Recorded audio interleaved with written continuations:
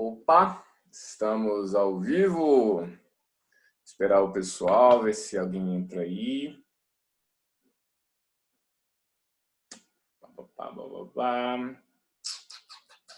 Vamos. Mais uma live de sexta. Todas as sextas, 12h30.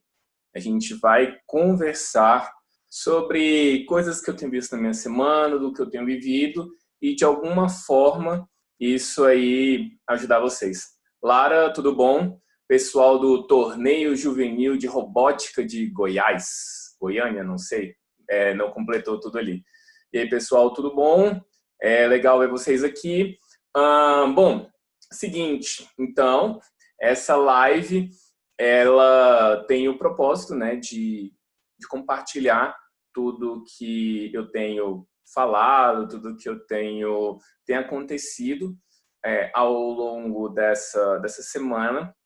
Como já falei várias vezes aqui, eu tenho trabalhado, né, a gente está trabalhando lá numa escola rural, né, na região de Brasília, numa área mais longe do centro e tudo mais, e trabalhamos em várias etapas. Trabalhamos, na verdade, em 4 grandes etapas. A primeira foi com o Metacircuitos da MetaMaker, que é um kit que é muito intuitivo para trabalhar com circuitos elétricos.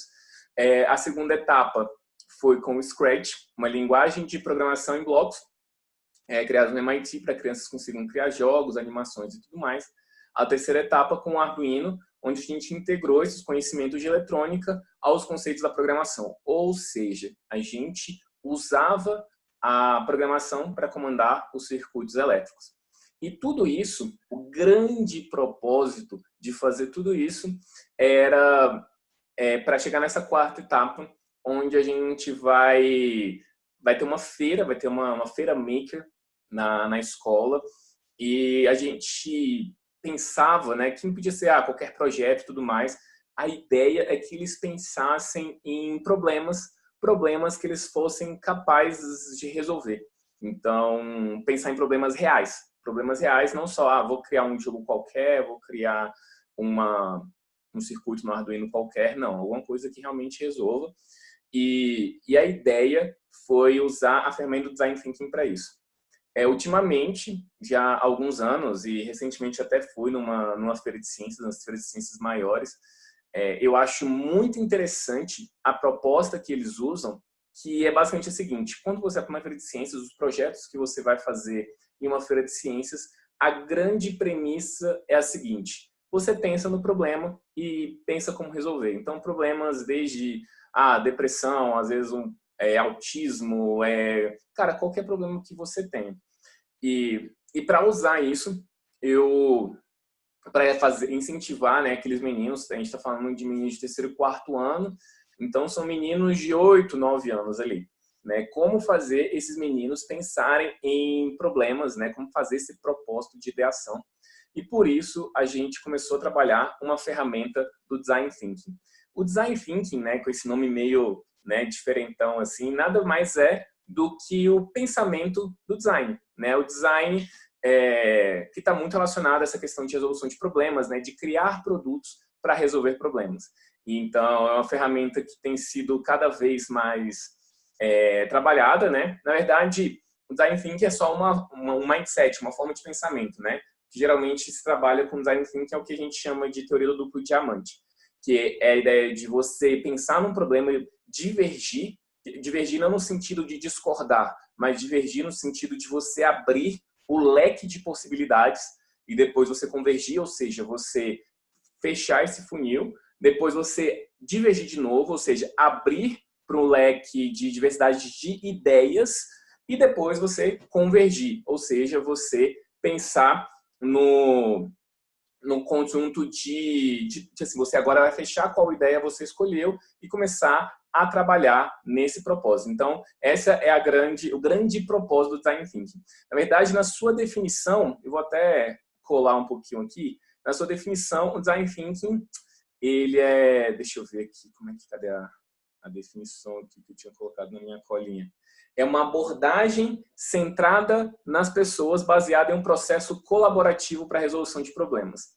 Então, no básico, a gente, eu vou pensar em um problema. Existe todo um processo para você resolver esse problema, procurar entender melhor as pessoas, né? Então, está muito relacionada à questão da empatia, né? De eu me colocar no lugar do outro, de entender de fato o que é a dor do outro, para aí sim pensar no processo de conclusão, de ideação, né? De qual a ideia que realmente eu vou colocar em prática e em seguida fazer um protótipo, né? Criar isso aí. E aí, no nosso caso, a ideia de criar um protótipo é um protótipo usando o Scratch, o Arduino, até o MetaCircuit, se for o caso. Ou seja, usar as ferramentas que a gente teve e fazer com que os meninos façam isso lá na nossa feira de ciências. Bom, como é que para fazer a aula, eu tive a ajuda da Lara. A Lara ela é designer, trabalha com educação criativa para crianças. Hoje está dando aula para a turma da Universidade... Como é? A Universidade... o RIT, né? Rochester Institute of Technology, né? Tipo o MIT, só que com R.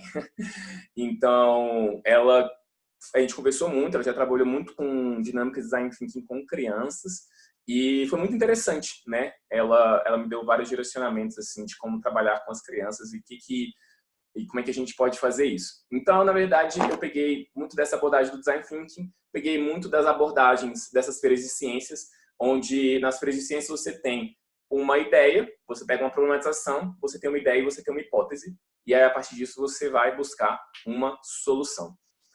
Comecei dizendo até com os meninos o que eles achavam que significava design thinking. Então, muitos deles têm um domínio muito pequeno do inglês e às vezes é até engraçado as respostas que eles falam e tal. Muitos deles falam alguma coisa relacionada à moda, porque eles associam muito design relacionado à moda. Mas ninguém não chega nem perto no que significa de fato design thinking, mas é uma boa estratégia aí para você começar a aula, para fazer alguma coisa mais interativa e tudo mais.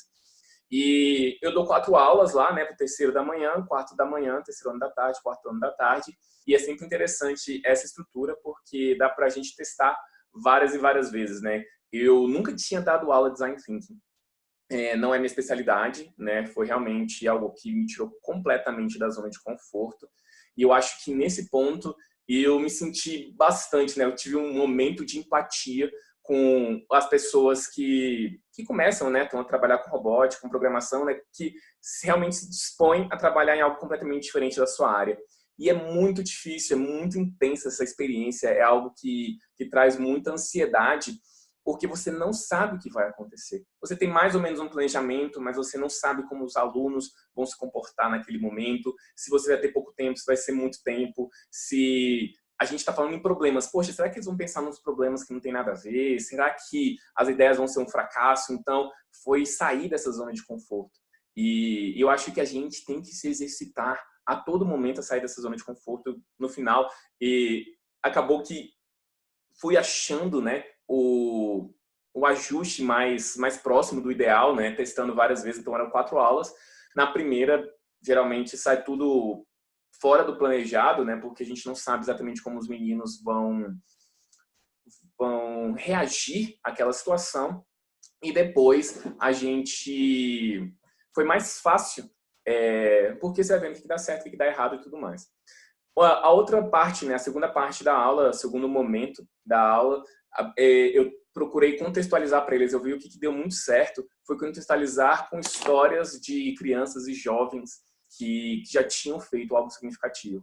Então, por exemplo, eu conceituei muito a questão de histórias que eu vi de diferentes ciências. Então, uma que eu gostei muito era da Regiane. A Regiane é aluna do professor Gilberto, de uma cidade chamada Abaetetuba, e ela morava numa comunidade ribeirinha, ou seja, ela tinha que pegar um barco, depois pegar um ônibus para ir para a escola, tipo, acordava 4 da manhã para chegar às 7 da manhã na escola, e aí, a partir, né, dessa coisa de pesquisa e tudo mais, ela começou a ver a questão do matapi. Então, o matapi, ela é uma armadilhazinha eu não sei qual é o material, essa armadilha para pegar camarão e tudo mais, e ela foi percebendo que essa armadilha, ela pegava tanto os camarões grandes como os camarões pequenos. E isso era ruim, primeiro no sentido da própria venda, né, dos camarões e tal. Então, não era legal, economicamente falando, pegar os camarões pequenos, e também por uma questão até ecológica. Então, quando você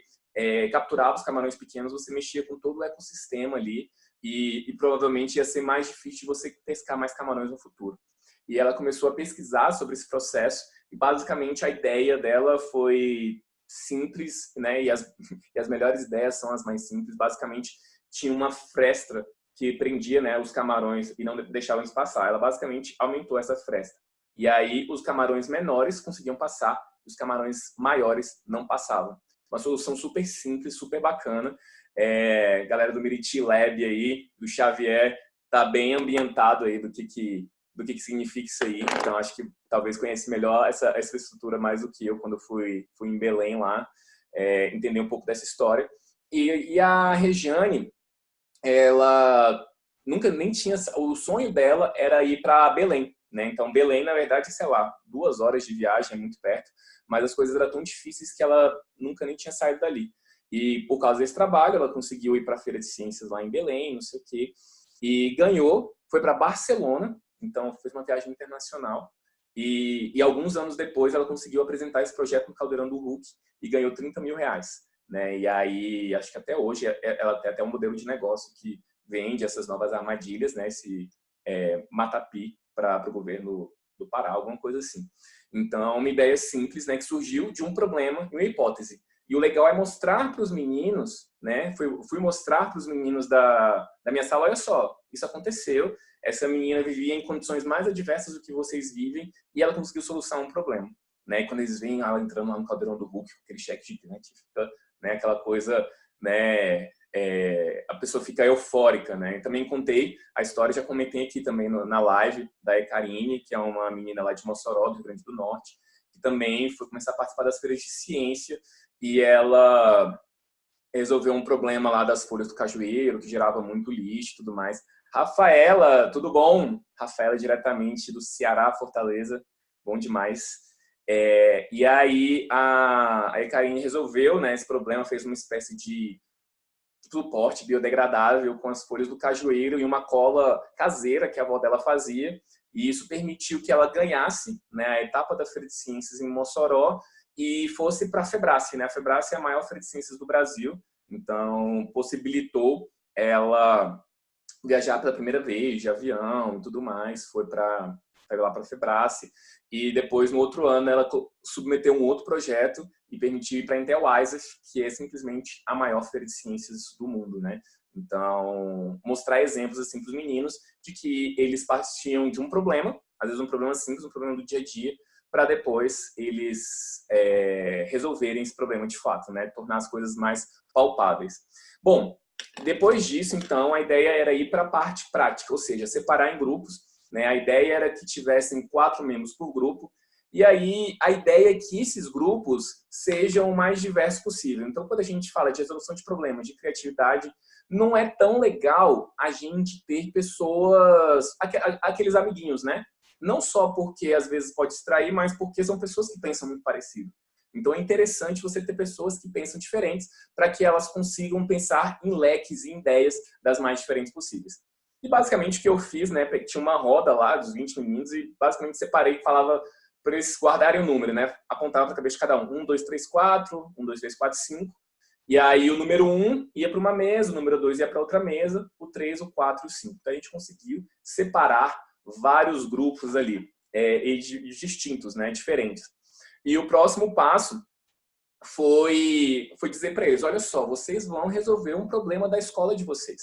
Então eu trouxe para a realidade deles. Então, quando eles, tipo assim, eu jogava algumas perguntas, o que poderia melhorar na escola? Às vezes alguns deles travavam, né? Eles, poxa, não sei o que poderia melhorar, às vezes até por pensar que eles não são capazes, né? Porque são crianças de 8, 9 anos. Quem sou eu para dizer o que eu vou resolver na escola? E eu sempre provocava com outra pergunta. Então a escola é perfeita. Aí eles, não é bem assim e tal. Então às vezes eles reclamavam da comida. Tem muito lixo no parquinho. A quadra não é coberta. Aí quando chove eu não posso jogar bola. E até os outros problemas. Eu não gosto de fazer dever de casa, não gosto de prova. O problema do bullying, vários deles falaram de problema de bullying, então, do colega que fica me chateando, xingando e tudo mais.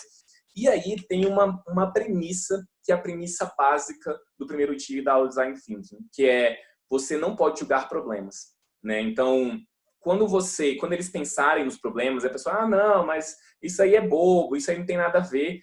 A ideia é não julgar. E aí vale muito de nós, facilitadores, né, de pensar, por exemplo, então, o nosso reflexo, quando vê um aluno falar que fazer dever de casa é um problema e prova é um problema, mas, tipo assim, aquele reflexo nosso de, não, mas você tem que ver que o dever de casa é importante. Não, nada disso.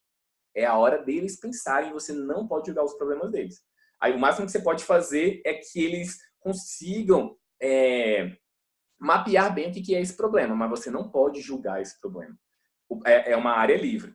E para tornar esse processo mais livre, a gente dá uma grande cartolina para eles, fala assim, agora vai ter um momento da tempestade de ideias, onde você vai pensar o máximo de ideias possíveis e vai colocar na cartolina. Então, nessa etapa, você precisa de duas coisas. Você precisa de uma cartolina e você precisa de post-its, muitos post-its. A gente usou muitos post-its.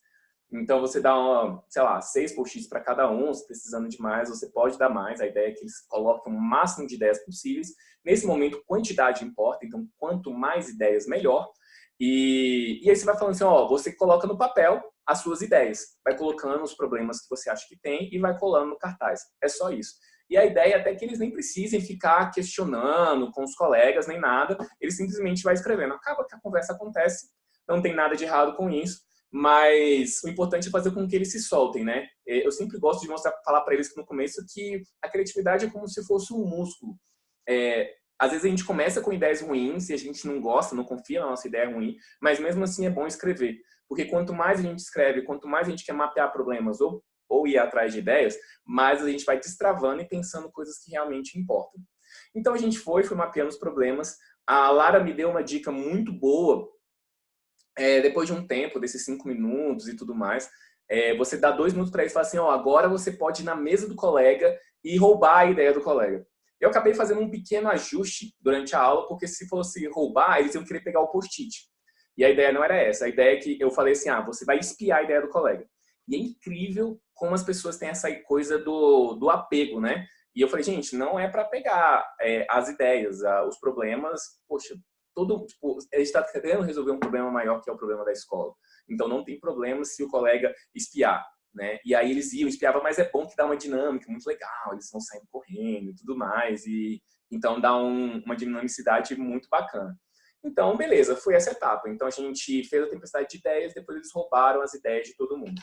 E aí, como eu falei, o Design Thinking ele funciona na estrutura do duplo diamante, ou seja, você começa primeiramente divergindo, ou seja, você vai abrindo o seu leque de ideias, você vai pensar no máximo de ideias possíveis. Então você vai divergir para ter o máximo de ideias possíveis, tempestade de ideias. E a próxima etapa é convergir, ou seja, você vai começar a fechar esse leque. Aí você vai para a fase de clusterização, ou seja, de você pegar as várias ideias, às vezes vários dos colegas não viram as ideias uns dos outros, você vai juntar e colocar em cada parte do papelão e tudo mais. Então, se o seu problema é sobre o lanche na escola, aí no lanche da escola tem várias coisas. A menina fala, eu queria que tivesse mais galinhada. Eu não gosto de arroz doce. Então, às vezes são problemas que aparentemente são simplórios, assim, mas você fala, tudo bem, você vai mapear e vai colocar tudo em alimentação. Aí o outro, não, a quadra, quando chove é ruim, as bolas da escola não estão mais legais para jogar bola. Então então isso aqui é sobre a quadra de esportes. Então você vai separando em etapas. Isso aqui é sobre bullying, isso aqui é sobre os conflitos que tem com os colegas, isso aqui é o conflito que tem com os professores. Essa etapa é muito difícil. Talvez dessa primeira etapa que a gente fez, essa etapa foi uma das mais difíceis, porque eles não vão ter muita clareza de como separar, né? Então, essa etapa é bom ter os facilitadores não para julgar as ideias, mas para sempre fazendo perguntas. Você acha que essa ideia está junto com essa? Que elas estão relacionadas ao mesmo assunto? Então, é bom questioná-los com relação a isso para que essa parte da clusterização, da junção das ideias, elas fiquem mais ou menos bem segmentadas. E aí, a próxima etapa é eles votarem. Então, a ideia é que você pegasse adesivos, né, de bolinhas de adesivo, você acha em qualquer papelaria aí, então você pegar essas bolinhas de adesivo e fazer com que eles colem. nas ideias que eles acharem mais interessantes. Ah, então, poxa, eu também quero falar muito sobre o lanche na escola, então vota. Pode votar calado. Acaba que eles têm o reflexo de ficar conversando muito um com o outro, e às vezes é bom você falar assim, não, o voto é individual, você não precisa conversar muito, se você quiser fazer calado, é tranquilo, sem problemas. E essa etapa também, de novo, né? A gente estava divergindo, agora a gente vai convergir. Estamos começando a escolher qual problema nós queremos tratar.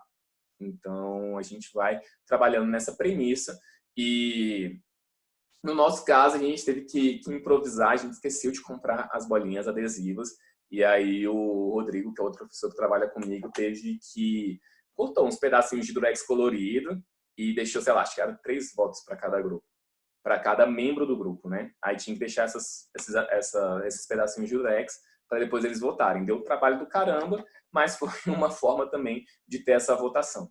Então, você vota nesse tema. Depois que você vota, aí você, então tá, meu problema é o problema do lanche. Ah, meu problema é o problema do bullying. Ah, meu problema é o problema do lixo. Aí, então, você já fechou aquilo ali.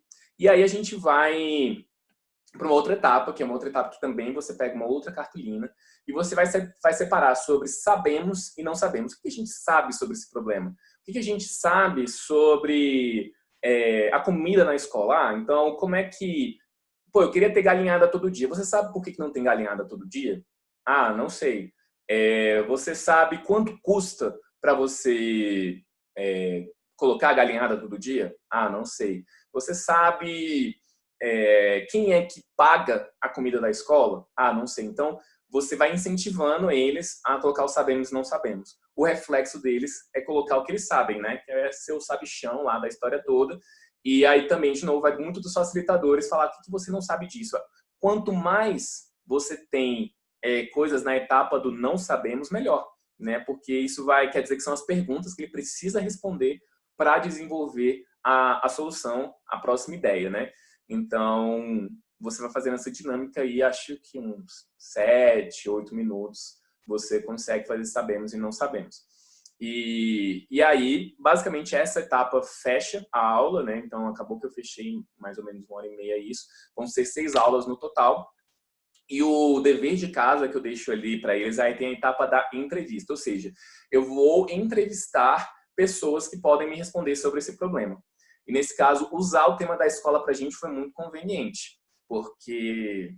Então, eu perguntava assim para eles, então tá, o problema do lanche. Quem vocês acham que podem responder essa pergunta sobre se tem ou não tem galinhada, por que tem arroz doce ou não, por que falta comida às vezes ou não.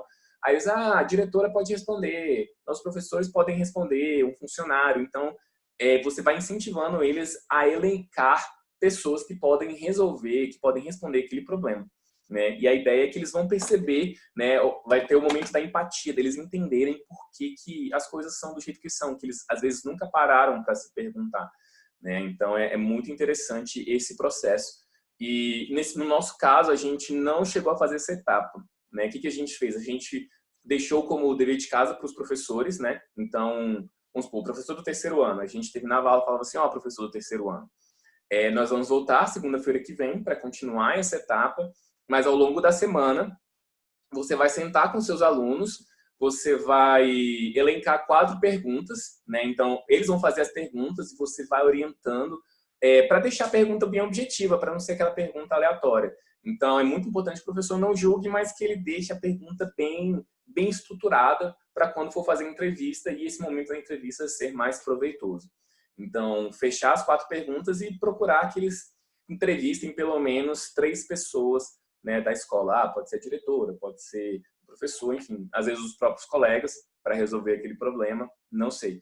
Então, para a gente chegar na segunda-feira e passar para a próxima parte, que é a parte da ideação. Ou seja, o que eu descobri nessa jornada, né? Quem é a pessoa do meu problema? Então, a gente vai fazer um mapa da empatia, como se fosse assim, pegar a pessoa que está ali à frente daquele problema. É a diretora, é a tia da cozinha. O que essa pessoa vê? O que essa pessoa sente? Quais são as necessidades dela?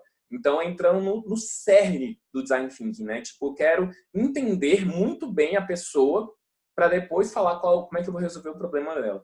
E aí você vai pensar em várias ideias de como resolver as coisas e tudo mais. E depois vai passar para a parte de prototipação, ou seja, do desenvolvimento de alguma solução para resolver esse problema. Então, no nosso caso, a gente tem 6 aulas até a feira. Então, tudo que eles estão fazendo no processo Design Thinking é para que eles apresentem lá na feira de ciências. Então, como é que... a ideia da primeira aula, então, é pensar nos problemas, pensar qual o problema que eles querem resolver e tudo mais. A segunda aula é que eles pensem as ideias que eles querem implementar. E depois mais 2 aulas ou 3 aulas para que eles comecem a prototipar. Ou seja, que eles comecem a criar soluções. E aí é a hora que a ferramenta entra. Você vai, sei lá, você está pensando sobre bullying. E aí a ideia é a gente ir instigando eles a usar as ferramentas que eles aprenderam para resolver, por exemplo, o problema do bullying. Então, você pode fazer uma animação do Scratch onde você vai conscientizar as pessoas por que o bullying é ruim, por que isso tem sido prejudicado, por que você não... E você vai ter 2 aulas para isso, né? Então, a ideia é que eles prototipem, talvez é possível que a ideia mude no meio do caminho. O processo do Design Thinking, ele é muito iterativo, ou seja, a partir do momento que, por exemplo, eu fui fazer o protótipo, eu percebi que a minha ideia não era muito boa. E isso pode acontecer nesse processo de mudar, e não tem nada de errado com isso, né? Então, a ideia é instigar os alunos a resolver os problemas e prototipar, e usar essas 2, 3 aulas para isso. E na última aula é começar a treinar o discurso deles. Então, vocês vão apresentar na feira, as pessoas vão chegar, você vai ter, sei lá, 3, 4 minutos para apresentar esse problema.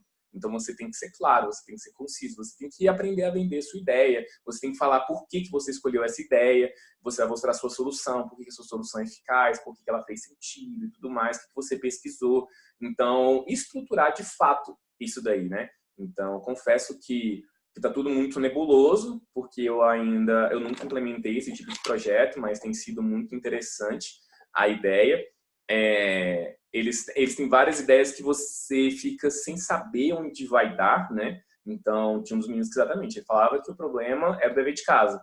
E a gente tem a premissa de não julgar ideias. Então, eu não sei o que vai acontecer, se no meio do caminho ele vai descobrir que o dever de casa é uma boa ou não, se ele vai usar uma técnica para não precisar mais fazer dever de casa, isso vai resolver o problema, ou então se ele vai ter uma ideia completamente diferente do que vai acontecer. Então, essa parte dá um pouco de aflição, né? Tira a gente totalmente da nossa zona de conforto, mas eu acho que essa é a premissa principal da educação, é a premissa principal da escola. Eu acho que esse é o auge, né? A gente fala tanto, né, sobre a educação do século XXI, o que você precisa para essa educação do século XXI. A gente fala de robótica, fala de programação, fala de soft skills e não sei o quê, mas eu acho que o cerne está muito em trabalhar com os alunos a habilidade de resolver problemas, que eles comecem a perceber os problemas do dia a dia deles, que eles se percebam capazes de resolver esse problema. Poxa, minha escola está com problema, minha escola está mais bagunçada, eu vou resolver isso.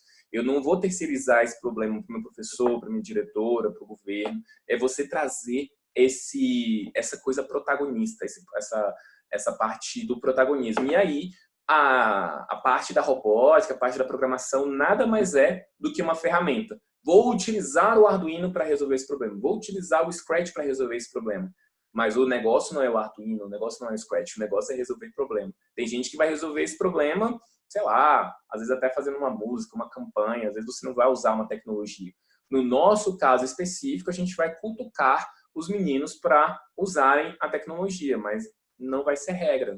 Assim, no nosso caso vai, porque a gente vai fazer uma feira maker, mas no âmbito até de feira de ciências, tem vezes que eles não necessariamente têm um produto específico, né? E é interessante, né, você fazer exatamente essa mentalidade, essa conscientização de protagonismo e de como eles podem resolver os problemas do dia a dia deles. Pensando isso desde cedo é maravilhoso. Então, é um pouco dessa trajetória que a gente está fazendo.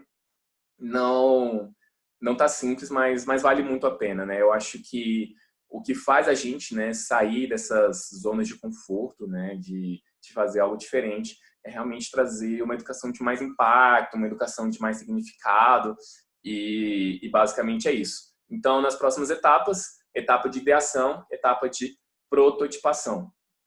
Bom, se alguém tiver alguma pergunta sobre isso ou sobre qualquer outra coisa, pode mandar aí. E deixa eu ver se eu esqueci de falar alguma coisa.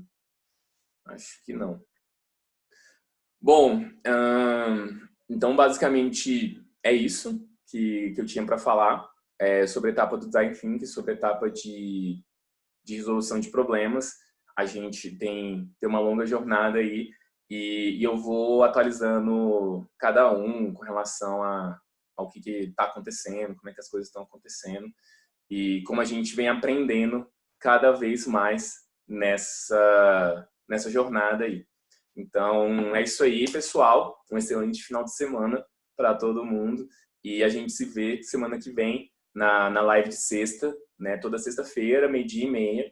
Quem tiver alguma coisa, alguma inquietação, alguma dúvida com relação a movimento maker, a aprendizagem criativa, a qualquer coisa relacionada à educação, a dificuldades do professor em sala de aula, né? Como trabalhar isso, como fazer coisas diferentes numa educação engessada. Poxa, manda aí nas perguntas, manda no direct, enfim, que a gente vai tentando resolver, vai tentando responder as perguntas da melhor maneira que puder, com que eu venho aprendendo ao longo dessa jornada também, e que a gente está aprendendo junto, na verdade, né? O que tem acontecido na escola, nessa experiência da escola. Eu já dou aula há um tempo, né? Dou aula na escola Americana de Brasília, mas implementar esse projeto do zero, acho que foi bom para buscar colocar em prática tudo aquilo que, inclusive, eu já falo muito, né, nas aulas do curso de Arduino, que tanto a questão de aprendizagem criativa, como a questão do Arduino e tudo mais, que é uma ferramenta que eu gosto muito de usar pelo seu custo-benefício, mas quando você está ali, né, acho que nada ensina tanto quanto o campo de batalha, né? Então a gente vai tendo a oportunidade de aprender na prática ali quais são os desafios, né? Você ensinar sobre tecnologia para 20 alunos, cada um num ritmo diferente, é muito complicado, e você vai pensando, né, macetes, você vai pensando estruturas, né, de como você consegue que o aluno faça aquele trabalho que seja mais do interesse dele, né, e que isso potencialize a capacidade dele, mas também, né, dê um conteúdo mínimo e tudo mais. Eu percebo que quando eu dou uma aula onde eu digo cada passo a passo do que eu tenho que fazer, ela parece ser uma aula que não é muito eficiente, ou seja, eu não tenho certeza que os alunos aprenderam muito e eu me sinto mais cansado. E eu vejo que eu acho que é isso que está cansando os professores, né? Você tá ali, poxa, um professor que passa o dia inteiro, de manhã à tarde, às vezes à noite, falando a matéria, tipo assim, né? Realmente regurgitando o conteúdo e o aluno ali mais passivo. E eu vejo que o momento em que eles aprendem de verdade é quando eles colocam a mão na massa, né? E às vezes não adianta muito você ficar falando, que ele só vai entender quando ele praticar, né? Eu vejo, essa semana tá semana de entrega de projeto de Arduino no curso online, e a gente está na parte do código, que é a parte que o pessoal costuma apanhar mais, e vários erros simples até, né? Quando você vai declarar variável, as pessoas declaram variável com espaço, às vezes uma letra que era de alguma biblioteca que era para ser com a letra maiúscula, coloca com a letra minúscula. E por mais que você queira, né, pontuar esses detalhes na aula, a pessoa não vai ouvir. A pessoa só vai ouvir quando ela passar no problema. Então, acho que às vezes é isso que a gente que perde um pouco a eficiência da aula. Às vezes a gente quer explicar tudo que ele precisa saber, mas às vezes o mais importante é você trazer um mínimo para que ele possa seguir aquela rota, para que ele possa seguir aquele caminho, e depois os problemas vão acontecendo. E aí você pode facilitar, você pode orientar a partir daquele problema. Que aí ele vai perceber aquela situação, vai saber como... Ele vai te ouvir com muito mais significado. Tem uma...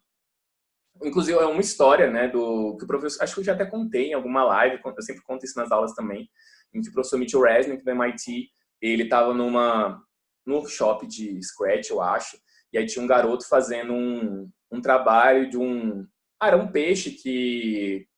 o joguinho era o peixe grande engolir vários peixes pequenos e tudo mais. e o menino não conseguia colocar uma pontuação.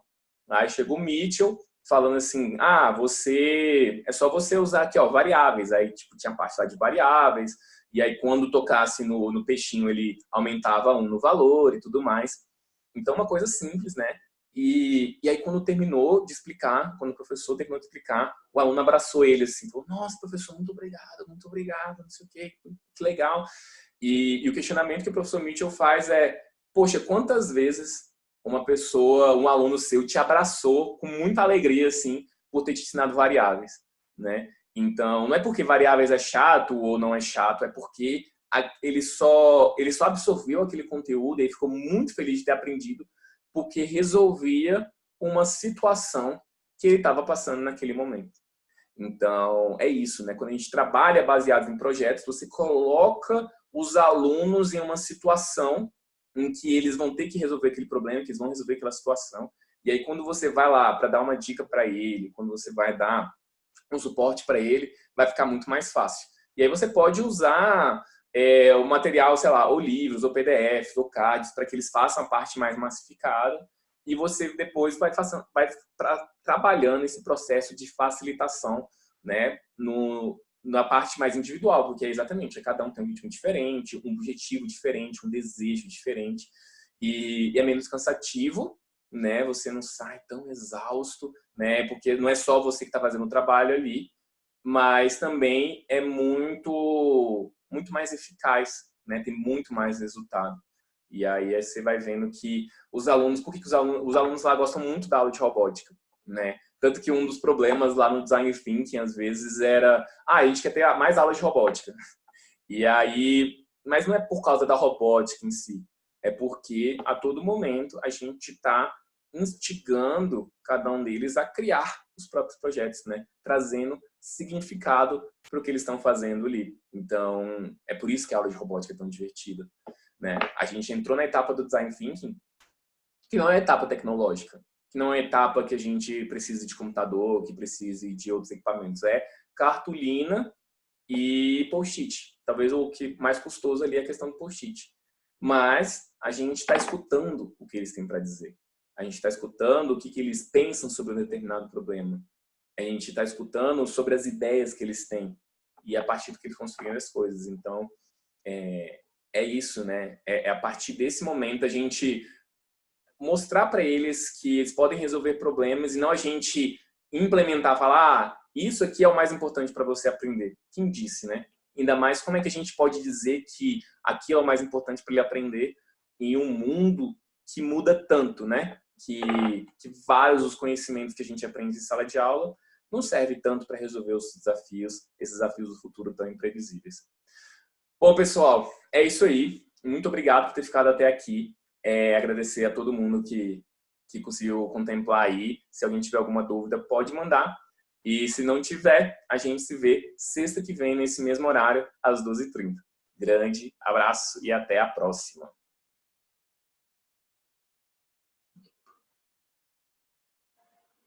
Caraca, hoje foi.